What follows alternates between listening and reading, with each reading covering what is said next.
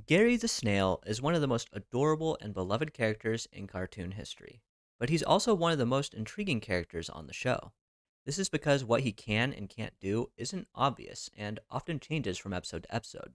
The most obvious instance of this is his ability to talk, or perhaps I should say his inability to talk, as Gary, being a snail, can't talk. Right? Wrong! Snails in Bikini Bottom are obviously meant to be an allegory for cats. They meow, they have litter boxes, they eat out of bowls, they purr, and for the most part, they are domesticated pets for the other species on the show. That being said, there are also stray snails, like we see in the episode Have You Seen the Snail, when Gary gets into trouble after running away from home. Obviously, cats in real life can't talk, so it makes sense that Gary can't talk either. But that's where things become complicated. You see, Gary can talk, just not all the time. But things are even weirder than that. The SpongeBob universe is fairly consistent when it comes to their characters. Crabs, for example, are basically always greedy cheapskates who care about nothing more than money. Money, money, I got money, money, money, money, money, I got. Squids, but actually octopuses because Squidward is an octopus, are usually cranky, mean spirited, and moody. I've seen more alert people in a retirement home. Oh, which way to the living without a brain seminar? Don't be late. And starfish are basically always stupid, so on and so forth.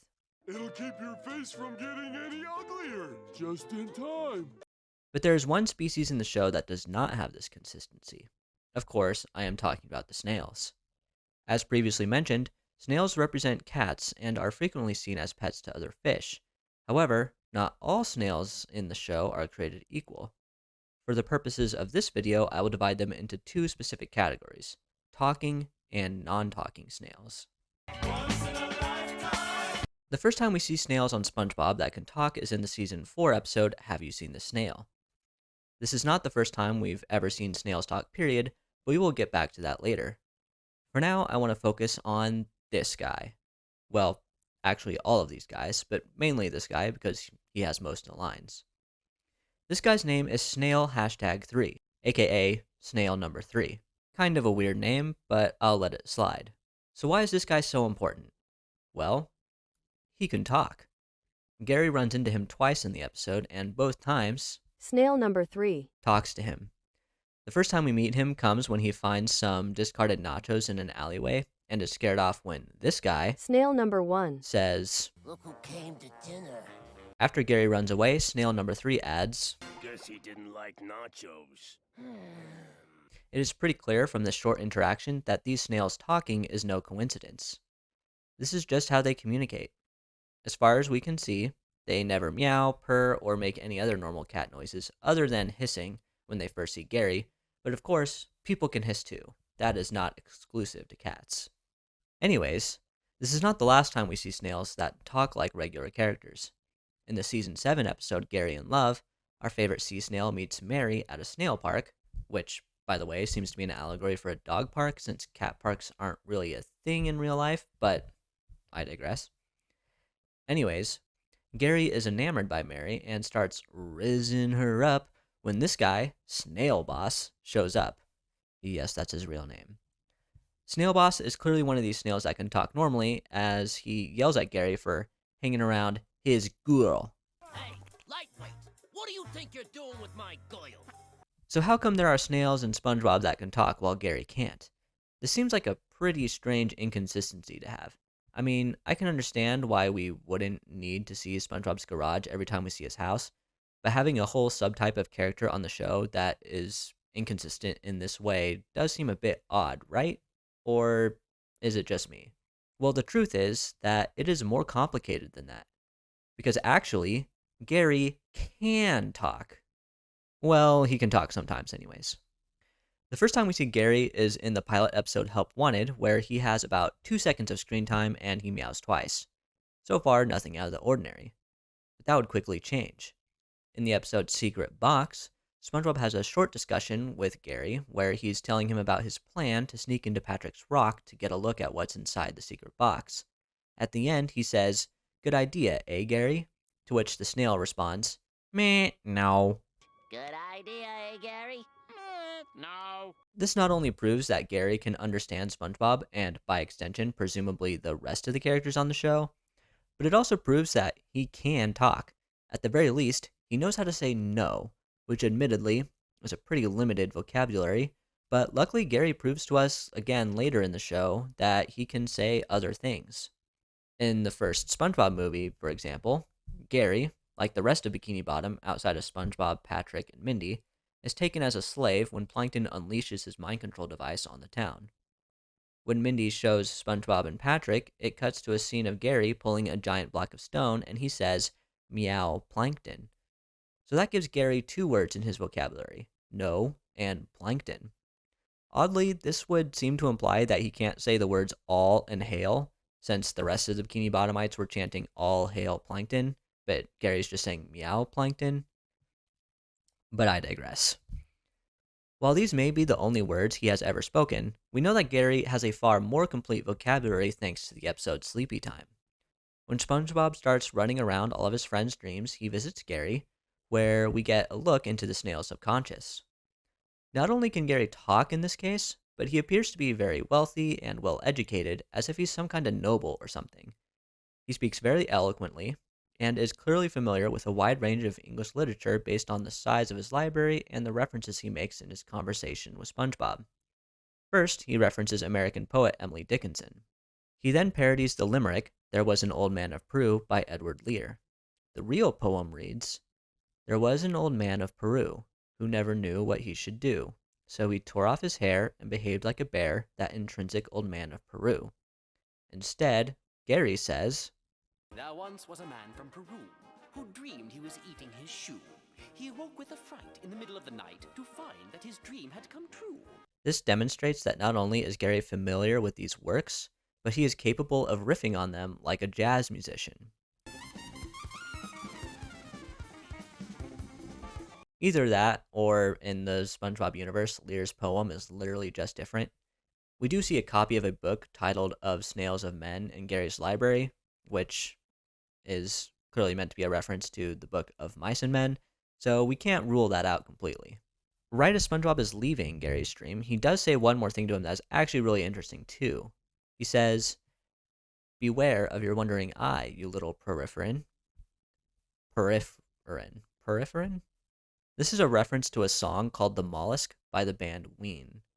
Ween has never been super well known, and their fanbase is kind of known for being either old hippies or shit posters, but they were actually really influential in the creation of SpongeBob. The Mollusk is a track on the 1997 album of the same name that repeatedly references a mollusk with its wandering eye. Gary's line simply replaces the mollusk with a peripherin, or a sea sponge, as he warns SpongeBob about his own wandering eye. The album also features a song called "I'm Dancing in the Show Tonight," and tell me that doesn't sound like SpongeBob singing. Himself actually confirmed that this album did inspire the creation of the show. And there are many other Ween references throughout the show as well. But that's a topic for another video. Anyways, I just wanted to mention that here because Ween is my favorite band, and I never turned down an opportunity to talk into a microphone about them. Okay, so what was I talking about again? Oh yeah, Gary's vocabulary. Basically, all I'm saying is that Gary has a big vocabulary. This is made all the more evident in the season 11 episode Chatterbox Gary, where he gets a magical translator box thingy that translates his meows to English. For the entire episode, Gary is talking with the rest of the characters as if he was a part of the main cast, and they even give him a sexy voice for some reason. I would have preferred to see him use the same voice he had in Sleepy Time, and it also would have been cool if they maintained his personality from that scene, but that's just me. Either way, this demonstrates that Gary is just as smart as the rest of the characters. But even in episodes where he can't talk, it is obvious that Gary isn't an idiot. Like in the episode A Pal for Gary, the snail realizes the new pet SpongeBob brought home was actually a monster, and he has to be the one to take care of it, while SpongeBob suddenly has the intelligence and awareness of Patrick. Thanks, Season 7 writers. So we know that Gary is just as smart as the other characters, if not smarter. At the very least, he is certainly smarter than Patrick, and even Patrick knows how to talk. Furthermore, we know that talking snails do exist in the SpongeBob universe thanks to the likes of Snail Boss and Snail Number 3. So why doesn't Gary talk more? I think the truth is simply that Gary would be a much less interesting character if he could talk regularly. I remember the first time I watched Secret Box, and I cracked up hearing Gary say, no.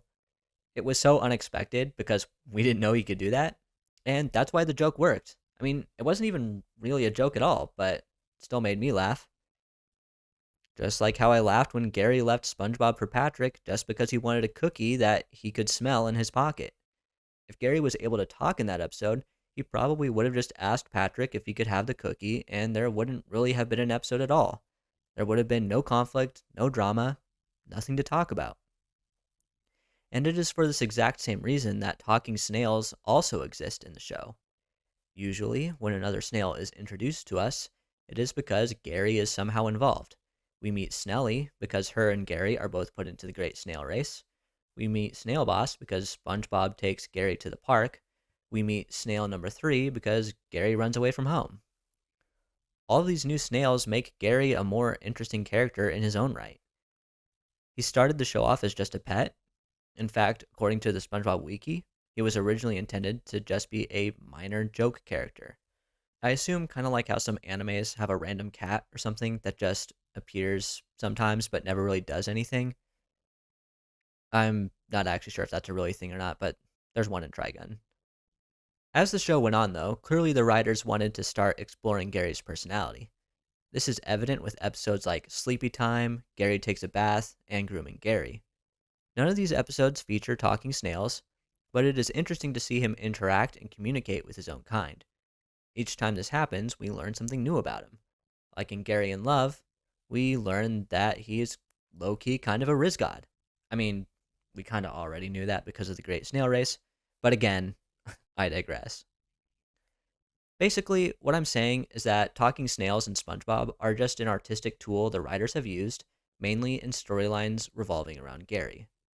I know that answer isn't as exciting as some other SpongeBob fan videos out there, but hey, sometimes the truth isn't that exciting.